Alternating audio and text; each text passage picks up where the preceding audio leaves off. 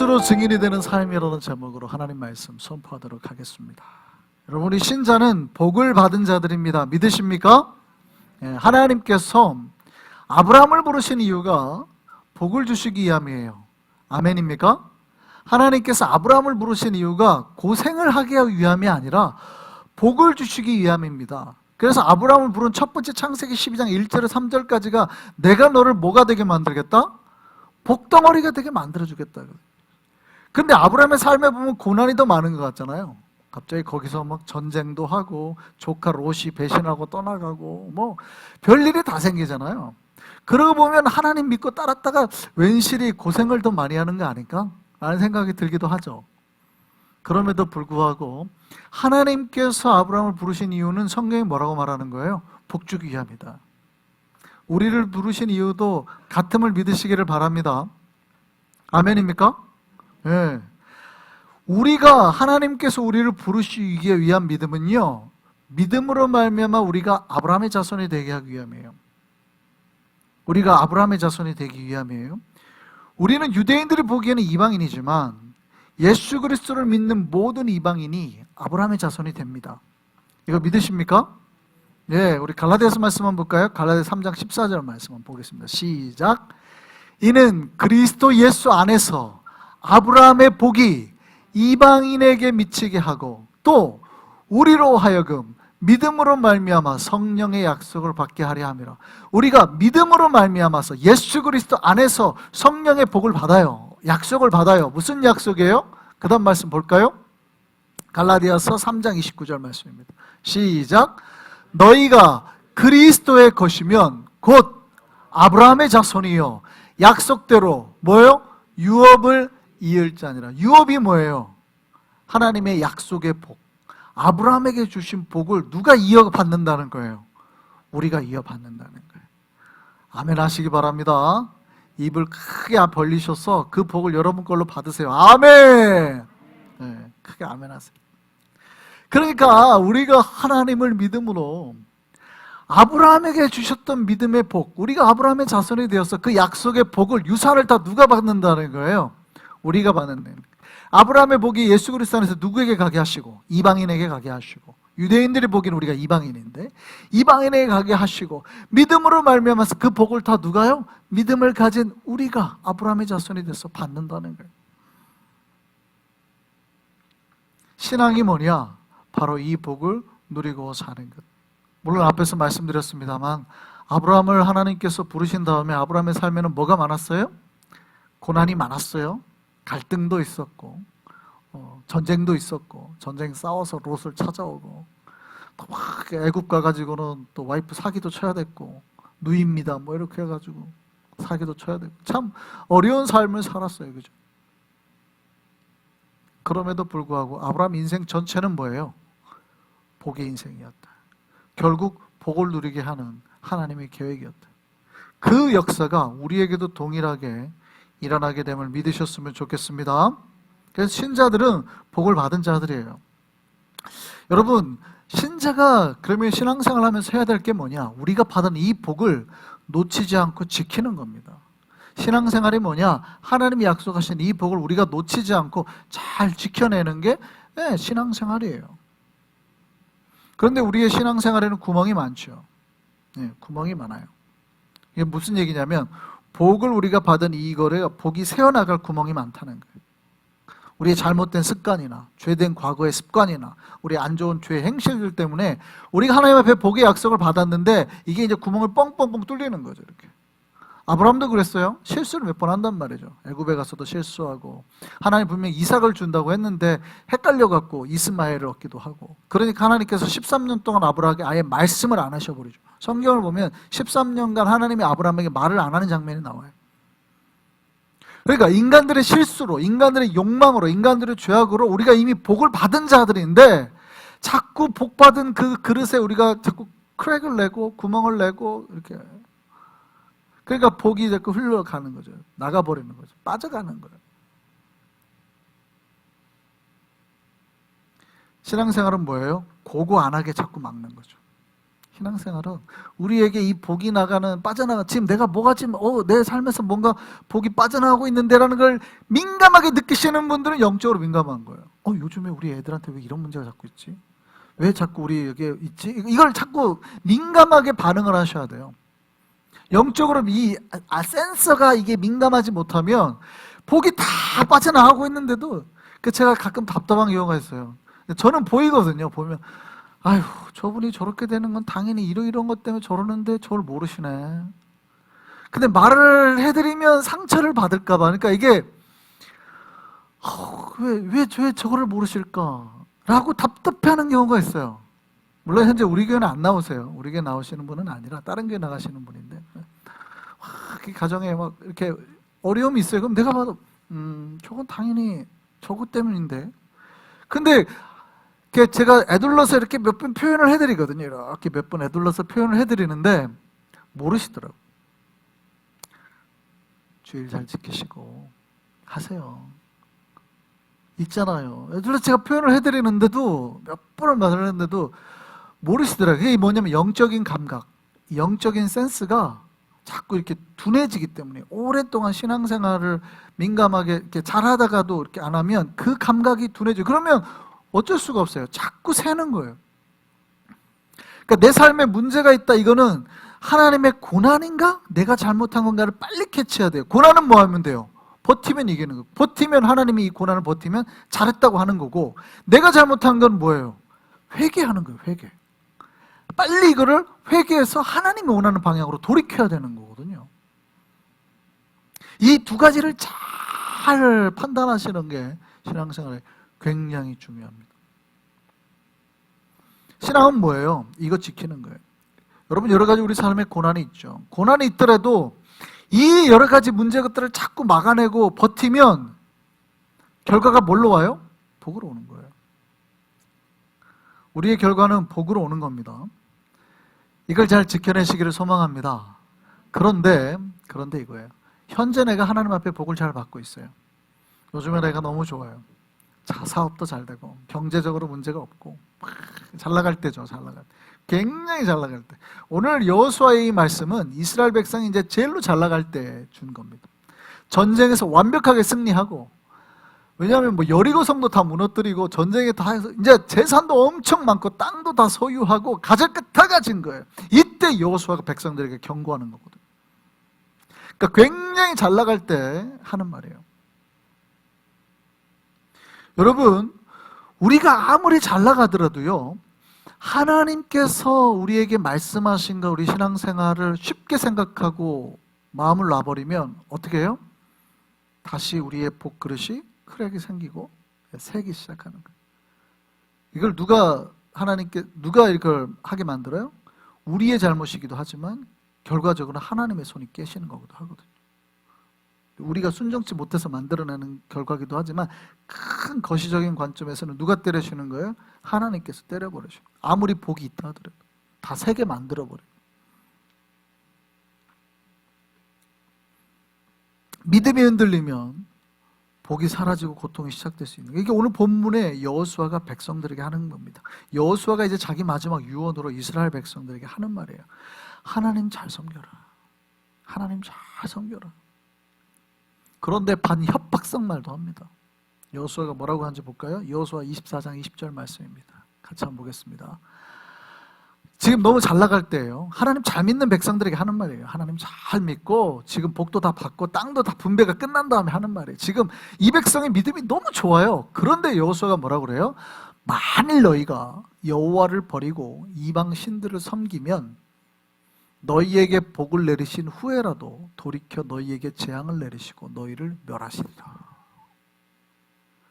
여호수아 참 나쁜 지도자죠. 마지막에 격려하고 칭찬해서 끝내야지. 지금까지 얼마나 전쟁하고 수고하고 잘 왔어요. 마지막 땅 분배해가지고 기분 좋은데 지금까지 이대로 한 대로만 하면 하나님이 복을 내리시리라 이렇게 하고 마무리를 해야지. 안 그러겠어요? 설교를 하면 여러분이 막 선교 갔다 와가지고 막 은혜 받고 이대로 하면은 앞으로 더 잘 될 겁니다. 이렇게 보통 하는 게 맞지. 여호수아는 여기다 찬물을 쫙 뿌려버려. 지금 잘했어요. 잘했는데 만일 앞으로 한 번이라도 하나님 앞에 실수하면 하나님이 지금까지 받은 거 다 필요 없고 재앙 내리고 그냥 다 멸할 거예요. 이러면은 좋은 지도자예요? 듣는 입장에서 굉장히 불편한 말이에요. 지금 이 말이 분위기 좋단 말이에요. 잔치란 말이에요. 그런데 그렇게 하는 거예요. 여호수아가. 왜냐하면 우리가 여호수아 뒷이야기를 알죠. 사람들의 마음을 너무 잘 아는 거예요. 사람들은 자기들이 항상 잘할 거라고 생각해요. 그러니까 제발 그런 얘기 하지 말라 그러는데 하나님이나 영적인 지도자들은 너무나 잘 알아요. 사람들을 믿을 게 뭔데. 사람들은 쉽게 무너져요. 내가 잘할 것 같죠? 언제 무너져요? 여호수아 마지막에 이렇게 했는데 그 다음에 언제 무너져요? 한 사무엘 상하나 역대 상하 가가지고 무너져요? 아니죠. 그 다음 장 바로 사사기에서 바로 무너져요. 그러니까 그냥 쉽게 그냥 무너져요. 이게 뭐 오래 간 게 아니에요. 잘 믿음 생활 잘하다가 간 게 아니라 내가 어제 여기까지 막 신앙이 여기 했는데 그 다음날 막 떨어지는.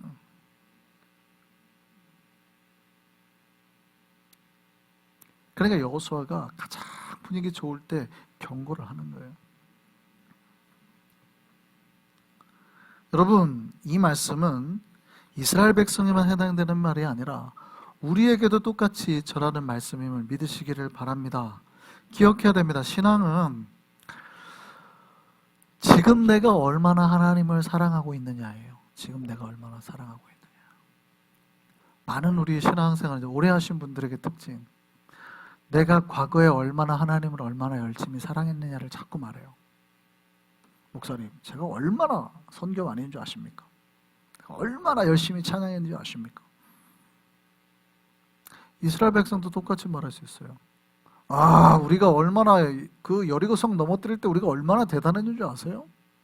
우리가 요단강을 건널 때 얼마나 대단했는 줄 아세요? 라고 말할 수 있어요. 근데 여호수아가 뭐라 그래요? 다 필요 없다 그러죠. 다 필요 없다. 그 뭐 상관이 있냐? 다 필요 없다.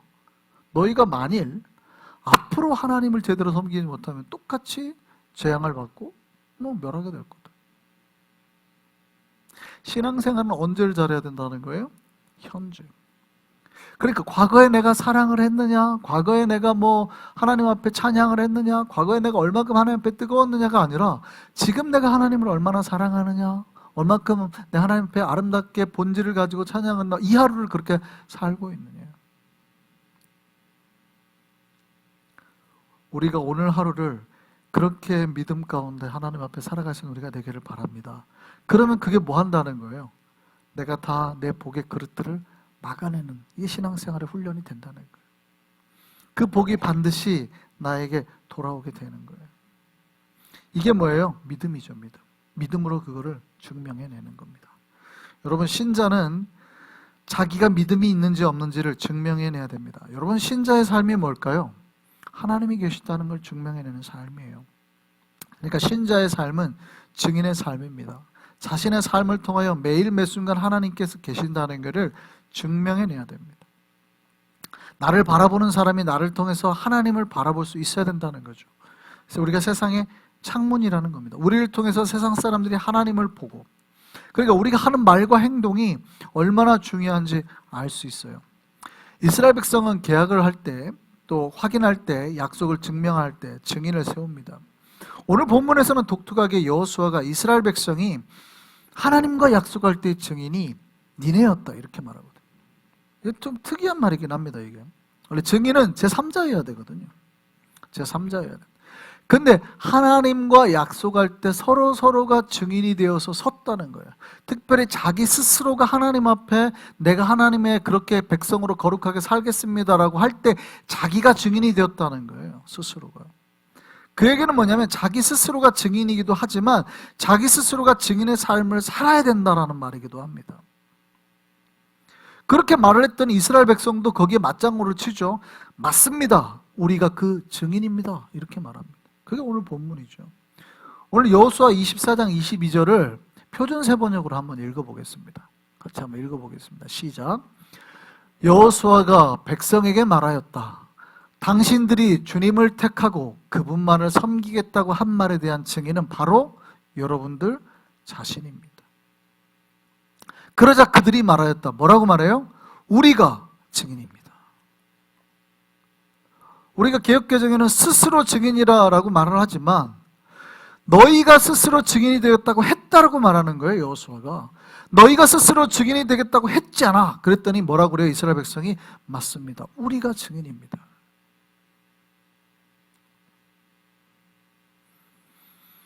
여러분, 증인은요 증명해내야 됩니다. 그러니까 유대 사회에서 어떤 일이 있냐면 누군가가 자기 친구가 살인을 행했다고 이제 법정에 서잖아요. 그런데 그 사람이 무죄면 이 증인인 사람이 무죄입니다 하고 증인을 설 수 있어요. 근데 무죄일 때는 둘 다 풀려나지만 만약에 이 사람이 살인죄면 어떻게 돼요? 똑같이 죽임을 당할 수 있어요. 그러면 이제 우리가 옛날에 그리스 로마 신화의 이야기를 보면 그런 경우가 있잖아요. 대신 서주는 거예요. 이 친구를 풀어주고 이 친구가 돌아올 때까지 내가 서겠습니다. 어리석은 자여 하고 얘를 죽이려고 하는데 친구가 약속 시간에 돌아오죠. 어머니가 돌아가시고. 그런 거예요. 증인은 그거예요. 저 사람이 맞다, 옳다고 할 때 심지어는 뭐를 걸어야 돼요? 목숨을 거는 거예요. 목숨을 거는 거예요. 여러분, 하나님께서 우리에게 뭐라고 말씀하시냐면 여호수아가 말하는 것도 동일하죠. 너희가 하나님 앞에 증인의 삶을 살겠다고 말했지, 너희 스스로가. 그때 이스라엘 백성이 뭐라고 그래요? 맞습니다. 우리가 그 증인의 삶을 살겠다고 약속했습니다. 우리가 그 증인입니다. 이게 신앙생활이라는 거예요. 여러분, 신앙생활이 뭡니까? 여러분이 하나님 앞에 처음에 약속했던 내가 하나님의 백성으로 살겠습니다. 그거를 여러분의 매일 삶에서 증명해내야 돼요. 증인으로 살아야 되는 거예요. 여러분 삶을 통해서 자기가 믿음으로써 자기가 증인인지 아닌지를 증명해내면서 살아야 된다는 거예요.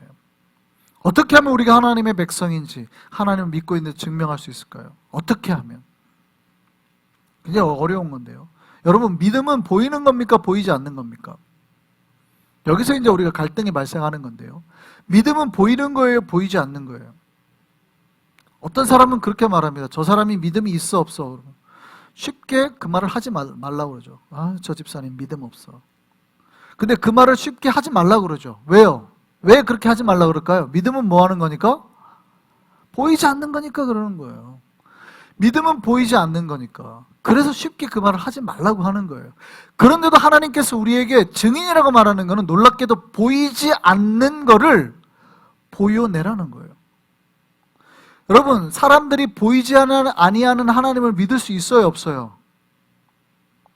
못 믿죠. 보이지 않는 하나님을 어떻게 믿습니까? 그러니까 그 보이지 않는 하나님을 어떻게 해야지 우리가 알 수 있는 거예요?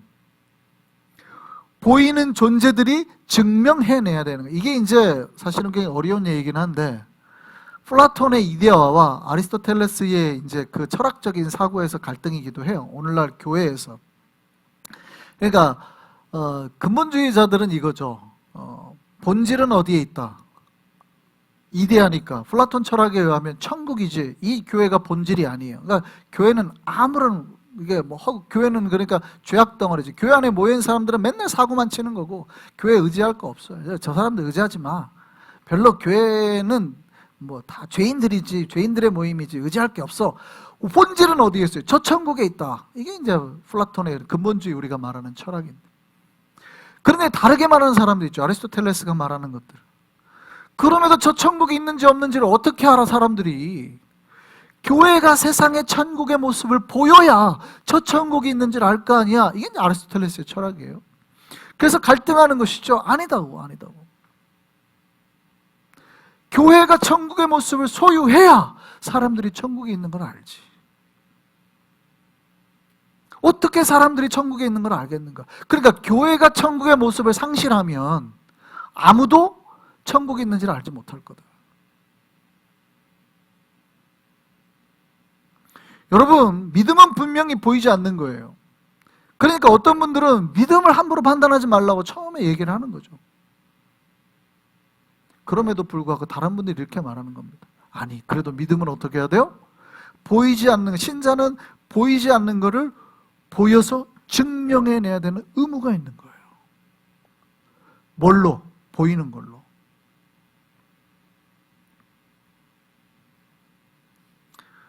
이게 굉장히 우리에게 어려운 거예요. 보이지 않는 하나님을 어떻게 우리는 보여낼 것인가. 보이지 않는 하나님을 보이게 하는 신자들의 우리 전통적인 두 가지 방법이 있었습니다. 첫 번째는 뭐냐면, 하나님을 증명하는 방법, 첫 번째가 입술의 고백이었습니다. 내가 만난 하나님을 증명해내는 것. 내가 어떻게 하나님을 만났고 어떻게 하나님을 깨달아 듣고 내가 새로워졌는지를 고백하는, 이 가장 전통적인 증명의 방법이었어요. 오늘 우리가 간증을 하잖아요. 간증을 하는 게 그거예요. 간증을 하는 거는 내가 만난 하나님을 증명해내는 이 증명의 훈련이에요. 보이지 않는 내 믿음을 보이도록 하는 훈련의 방법이에요. 베드로가 그랬습니다. 베드로는 3년 동안이나 예수님한테 훈련을 받았습니다. 굉장히 철저하게 훈련받았죠. 수제자로서. 그런데도 베드로는 변화되지 않았죠. 예수님이 잡혀가기 전날까지 서로가, 제자들이 싸웠습니다. 누가 높은 자리에 앉아, 내가 더 높은 자리에 앉을까요? 서로 싸웠습니다. 베드로를 포함한 다른 제자들이 보고 열받아가지고요. 왜냐하면 예수님의 이모를 데리고 와가지고, 그러니까 쉽게 말하면 권력을 쓴 거죠. 야고보와 요한을 양쪽에 좌우에 앉게 해주세요. 베드로도 기분 나빴고 다른 제자들도 기분 나빴습니다. 예수님이 잡힌 그날까지 싸운 거예요. 그리고 그날에 베드로는 뭐라 그래요? 네가 오늘 나를 3번 부인하리라. 이거 안 합니다. 그런데 직접 부인했죠. 예수님을 3년 동안 예수님한테 배운, 훈련받은 사람들이 그랬단 말이죠. 그런데 부활하고도, 예수님이 부활하고도 부활할 거라는 약속도 기억 못했어요, 베드로가. 근데 성령의 은혜를 체험하고 난 뒤에 그가 수많은 사람 앞에서 예수 그리스도를 증거하기 시작합니다. 이게 사도행전 2장의 얘기죠. 그날에 그가 성령을 받고 수많은 사람 앞에서 예수 그리스도의 복음을 전했더니 그날 몇 명이 예수를 믿게 됐다고 그래요? 3,000명이 믿게 됐다. 뭡니까? 입술의 고백. 전통적으로 교회는 자기가 믿음이 있냐 없냐를 뭘로 증명했어요? 말로 증명했어요. 여러분이 하는 말로, 여러분이 하나님을 진짜 믿고 있는 거 아닌가를 증명해낸다고요. 그러니까 여러분이 하는 말을 통해서 여러분이 진짜로 믿음이 있냐 없냐를 증명해내왔어요. 그걸 증명하셔야 되는 거고. 그러니까 여러분 말에서 뭐가 나와야 돼요? 말씀이, 복음이, 진리가, 사랑이 나와야 돼요. 그렇게 되기를 소망합니다. 두 번째예요. 예수님을 증명하는데 말은 너무나 중요한데 말만 가지고는 좀 부족합니다. 많은 이들이 예수를 잘 믿는다 혹은 잘 믿겠다고 합니다. 그런데 그게 오래 못 간다는 걸 잘 알죠. 주변 사람들도 오늘 교회 다니는 사람들을, 예수 믿는 사람들을 뭐라 그래요? 예수쟁이라 그래요? 말쟁이라 그래요? 왜 그럴까요? 왜? 예수 믿는 사람들을 물속에 빠뜨리면 입만 둥둥 뜬다고.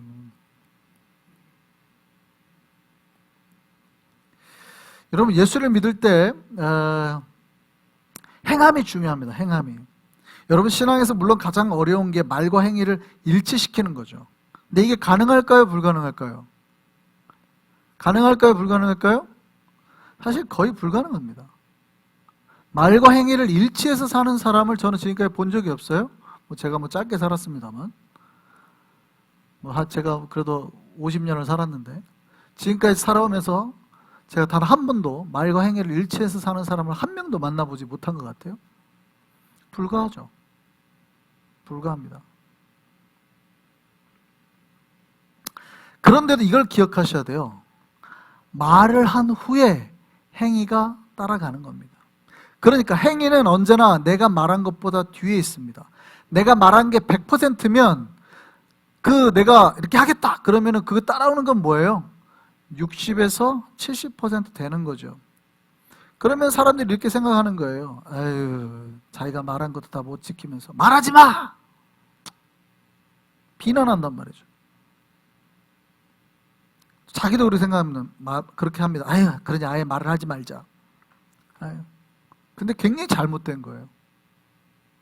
여러분, 내가 하나님의 고백을 하지 않고 말을 하지 않고 선포를 하지 않으면 아예 50에서 60%는 없는 거예요. 담배를 끊겠다는 사람이 신년만 되면 내가 오늘 담배를 끊으리라 하잖아요. 근데 그 결심을 하니까 며칠이라도 안 피는 거예요? 작심삼일 하는데 며칠만? 3일 만에 다시 피더라도 그래도 며칠 동안 안 하는 거예요? 그 기간 동안은 안 하는 거예요. 아예 그런 결단을 안 하면, 말을 안 하면 아예 시도도 안 하는 거죠. 그러니까 많은 이들이 크리스천들을 비난해요. 지금 말해놓고 행위를 못 따른다고. 그런데 잘 보시면 그 말을 자꾸 하는 사람은 자기 순종의 50에서 60%를 끊임없이 하고 있는 거예요. 잘하고 있다. 우리 칭찬합시다. 잘하고 있다. 하세요. 잘하고 있다. 말을 하세요. 여러분, 말하는 게 굉장히 중요합니다. 말하고 행위가 일치가 안 돼? 비난하지 마세요. 그 사람은 애초에 말도 안 했고, 그 얘기는 뭐냐면 자기는 50에서 60%도 안 했다는 얘기예요. 자꾸 말을 하세요. 자꾸. 내가 못하는 것 같아도 하리라. 나는 잘한다. 나는 할 거고 나는 헌신하겠다.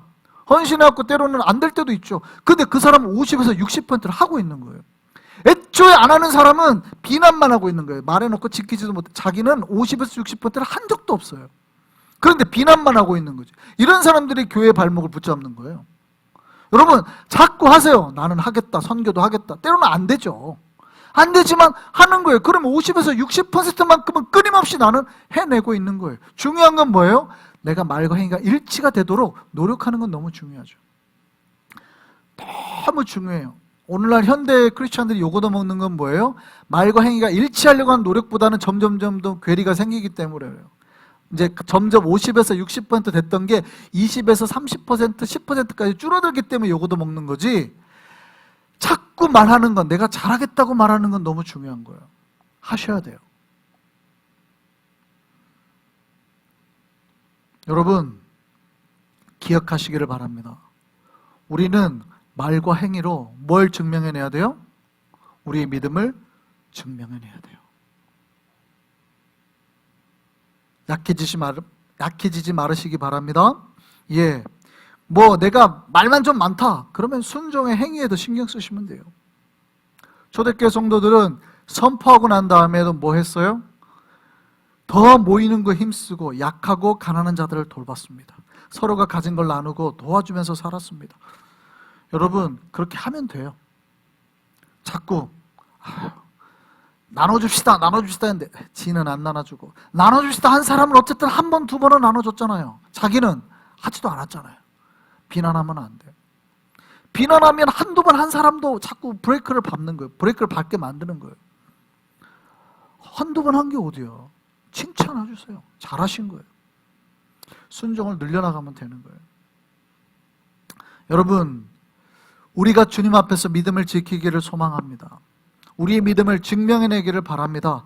그렇게 함으로써 우리가 더욱 주님과 가까워지기를 소망합니다. 가까워질 때 복의 역사가 일어나는 거예요. 고난 속에서도 주를 바라보고 믿음의 증인으로 살기를 바랍니다. 우리가 복의 통로가 될 것이고, 우리를 통해서 세상이 하나님을 알게 될 것이고, 그때 더 놀라운 복의 역사가 우리에게 있게 될 줄 믿습니다.